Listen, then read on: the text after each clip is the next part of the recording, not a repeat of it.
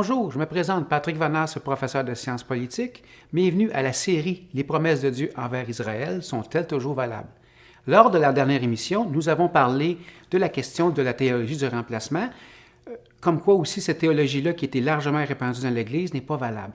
Et aujourd'hui, nous allons poursuivre avec les promesses de l'Ancien Testament, les promesses que Dieu a faites avec Israël, et on va voir en quoi l'Ancien Testament démontre que ces promesses sont toujours valables. Donc, on va se demander premièrement dans cette émission, est-ce que le royaume qui était promis à Dieu pour Israël était promis pour l'Église, à d'autres qu'Israël? Donc, on voit que les auteurs de l'Ancien Testament, les acteurs et les prophètes de l'Ancien Testament parlaient d'un royaume pour Israël, un royaume promis par Dieu pour Israël, et c'est une promesse de Dieu. Donc, si on pouvait imaginer que les auteurs de l'Ancien Testament parlaient d'un royaume qui n'existerait pas parce que ce serait écrit dans le Nouveau Testament que le royaume serait enlevé, ça ne ferait aucun sens parce que les auteurs de l'Ancien Testament, premièrement, ils ne pourraient pas prévoir qu'est-ce qui se passerait dans le Nouveau Testament. Et ensuite de ça, mais ça n'aurait aucun sens non plus que les auteurs de l'Ancien Testament parlent d'un royaume qui va leur soit retiré. Évidemment, ça ferait que la Bible se contredirait et évidemment, ça ne ferait aucun sens. Donc, nous allons voir premièrement les promesses de Dieu à Israël et on va voir avec Abraham, évidemment, Abraham qui était le premier à qui Dieu a parlé, évidemment, d'un royaume pour Israël. Donc, Dieu va promettre à Abraham qu'il va y avoir un royaume à Israël et il va le dire à plusieurs reprises. On peut le voir premièrement dans le livre de la Genèse au chapitre 12 et au verset 2. « Je ferai de toi une grande nation et je te bénirai. Je rendrai ton nom grand et tu seras une source de bénédiction. » Et dans Genèse 15, nous lisons « Car tout le pays que tu vois, je le donnerai à toi et à ta postérité pour toujours. » Donc, si on poursuit avec Abraham, toujours, dans Genèse 15, Dieu va établir son alliance avec Abraham. Il va utiliser une tradition de cette époque-là. Donc, il va demander à Abraham de couper des animaux en deux pour sceller une alliance. Il va sceller l'alliance en répandant le sang des animaux. Et par la suite, Dieu va marcher lui-même entre les animaux coupés et il ne demandera pas à Abraham de marcher devant les animaux coupés, ce qui fait que cette alliance-là, elle est unilatérale dans le sens que Dieu seul va s'engager à respecter cette alliance-là. Si nous poursuivons maintenant, on peut aller voir aussi dans Genèse 22, au verset 17 et 18, Dieu va préciser davantage ses promesses à Abraham. « Je te bénirai et je multiplierai ta postérité, comme les étoiles du ciel et comme le sable qui est sur le bord de la mer.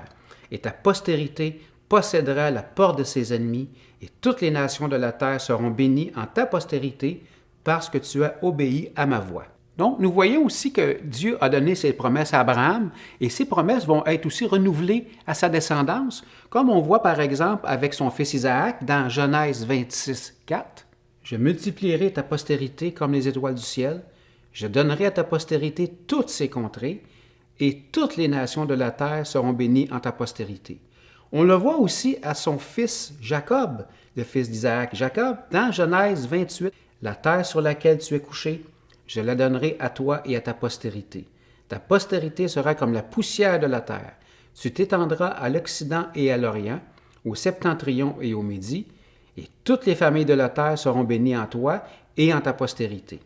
Voici, je suis avec toi, je te garderai partout où tu iras, et je te ramènerai dans ce pays, car je ne t'abandonnerai point, que je n'ai exécuté ce que je te dis. » Donc, ce qu'on peut voir aussi, ce qui est très important à souligner, c'est que les promesses que Dieu a faites à Abraham et à sa descendance sont à la fois inconditionnelles et unilatérales, dans le sens que c'est lui seul qui les fait, et aussi ces promesses-là sont décidées par Dieu lui seul, et il ne pose pas de conditions, même pas l'obéissance d'Israël à la loi, comme on peut le voir par exemple dans Galates 3, versets 16 à 18, où Paul va parler de ces promesses-là. « Or, les promesses ont été faites à Abraham et à sa postérité. Il n'est pas dit « et aux postérités », comme s'il s'agissait de plusieurs, mais en tant qu'il s'agit d'une seule, et à ta postérité, c'est-à-dire à Christ. Voici ce que j'entends.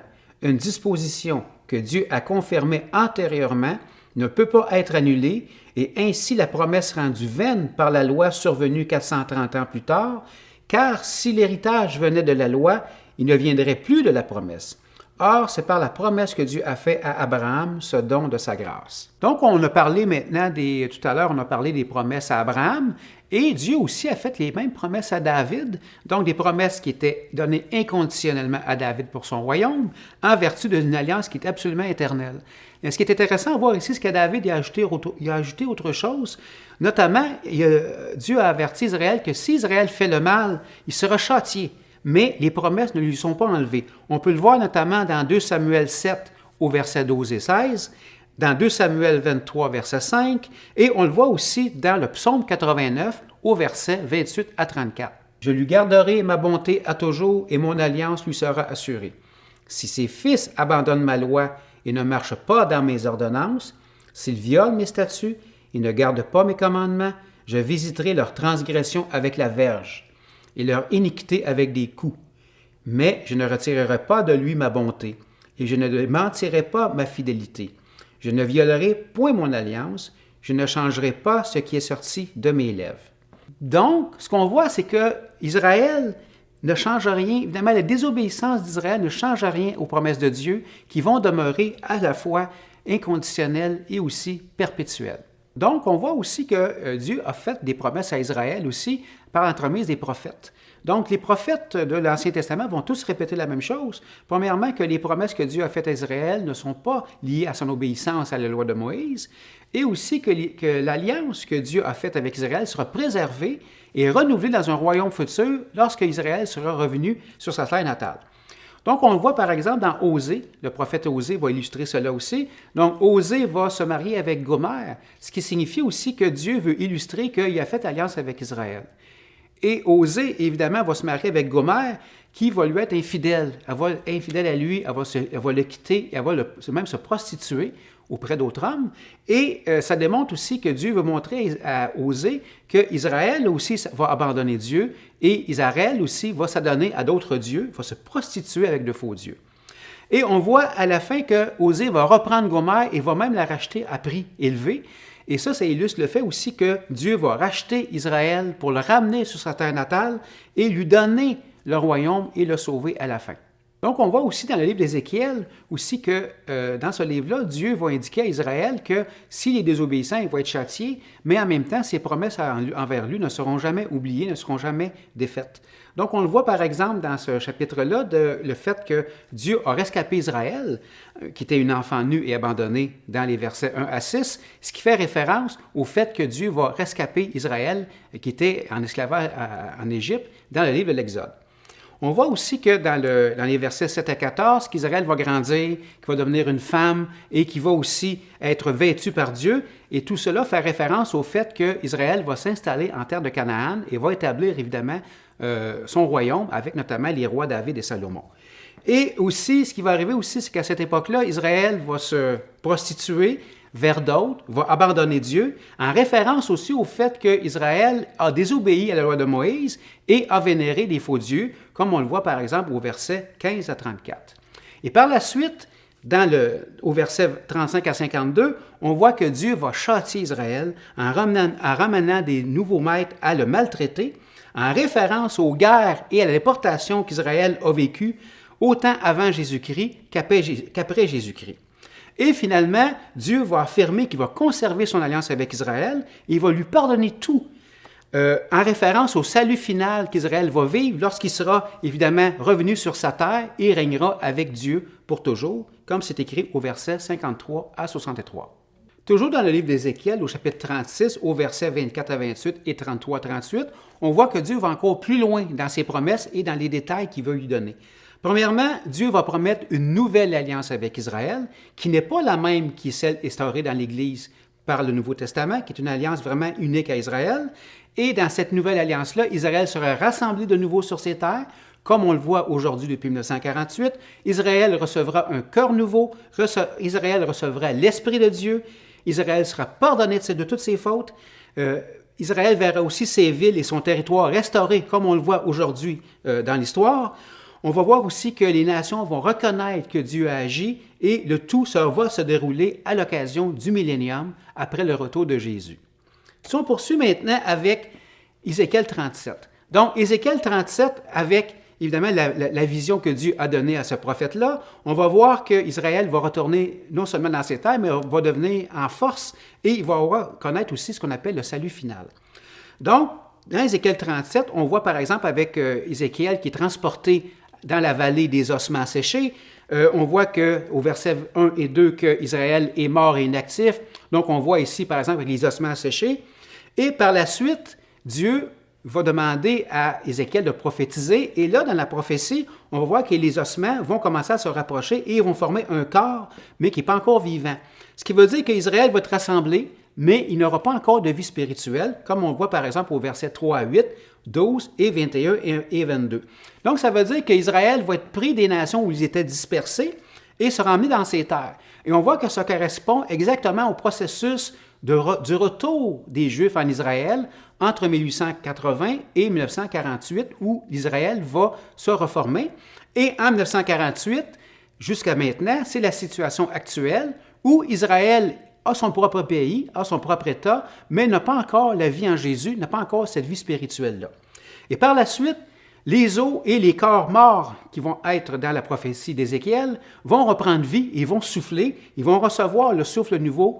Et ce souffle-là, c'est tout simplement c'est Israël qui prend vie en acceptant Jésus, comme on le voit par exemple au verset 9 à 10, 14 et 23. Et ça fait référence à la période de la fin des tribulations, juste avant le retour de Jésus, où Israël va être sauvé et va croire en Jésus. Et on peut le voir aussi même dans Zacharie, dans le chapitre 12 du livre de Zacharie. Et finalement, Israël va régner avec David comme roi, comme c'est écrit dans les versets 24 à 28. Et ça fait référence au millénium où Israël va vivre avec Jésus. Donc, si on poursuit encore avec les prophètes, on va le voir du côté du prophète Ésaïe. Et Ésaïe, ce livre-là est très, très riche. Il va décrire souvent les conditions même du royaume millénaire après le retour de Jésus-Christ. Donc, les descriptions que donne Ésaïe dans plusieurs chapitres vont beaucoup plus loin que les conditions d'Israël après le retour de Babylone en 538 avant Jésus-Christ. Et ce retour-là en 538 avant Jésus-Christ n'est qu'un avant-goût du royaume qui est futur. Donc, on va regarder quelques passages de la Bible qui vont démontrer évidemment toute la puissance des promesses et du salut pour Israël dans le millénium. Au chapitre 44, au verset 6. « Ainsi parle l'Éternel, roi d'Israël et son Rédempteur, l'Éternel des armées. Je suis le premier et je suis le dernier, et hors de moi, il n'y a point de Dieu. » Au chapitre 44, verset 22, Dieu dit « J'efface tes transgressions comme un nuage et tes péchés comme une nuée. Reviens à moi, car je t'ai racheté. » Au chapitre 46 et verset 13, « Et mon salut, il ne tardera pas. Je mettrai le salut en Sion et ma gloire sur Israël. » Donc, si on regarde maintenant du côté du prophète Jérémie, Dieu va encore aller plus loin en proclamant l'éternité de l'alliance avec Israël, de telle façon qu'il est impossible qu'autre chose arrive que cette alliance-là. Donc, on va voir dans Jérémie, chapitre 31, au verset 35 à 37. « Ainsi parle l'Éternel, qui a fait le soleil pour éclairer le jour, qui a destiné la lune et les étoiles pour éclairer la nuit, qui soulève la mer et fait mugir ses flots, lui dont le nom est l'Éternel des armées. Si ces lois viennent à cesser devant moi, dit l'Éternel, la race d'Israël aussi cessera pour toujours d'être une nation devant moi, ainsi parle l'Éternel. Si les cieux en haut peuvent être mesurés, si les fondements de la terre en bas peuvent être sondés, alors je rejetterai toute la race d'Israël à cause de tout ce qu'ils ont fait, dit l'Éternel. » Voilà ce qui termine l'émission 3 de la série « Les promesses de Dieu envers Israël sont-elles toujours valables ?» Ici Patrick Vanaz de Théovox qui vous remercie de votre écoute. Et à l'émission 4, nous allons voir les promesses de Dieu dans le Nouveau Testament. Et je vous dis à la prochaine.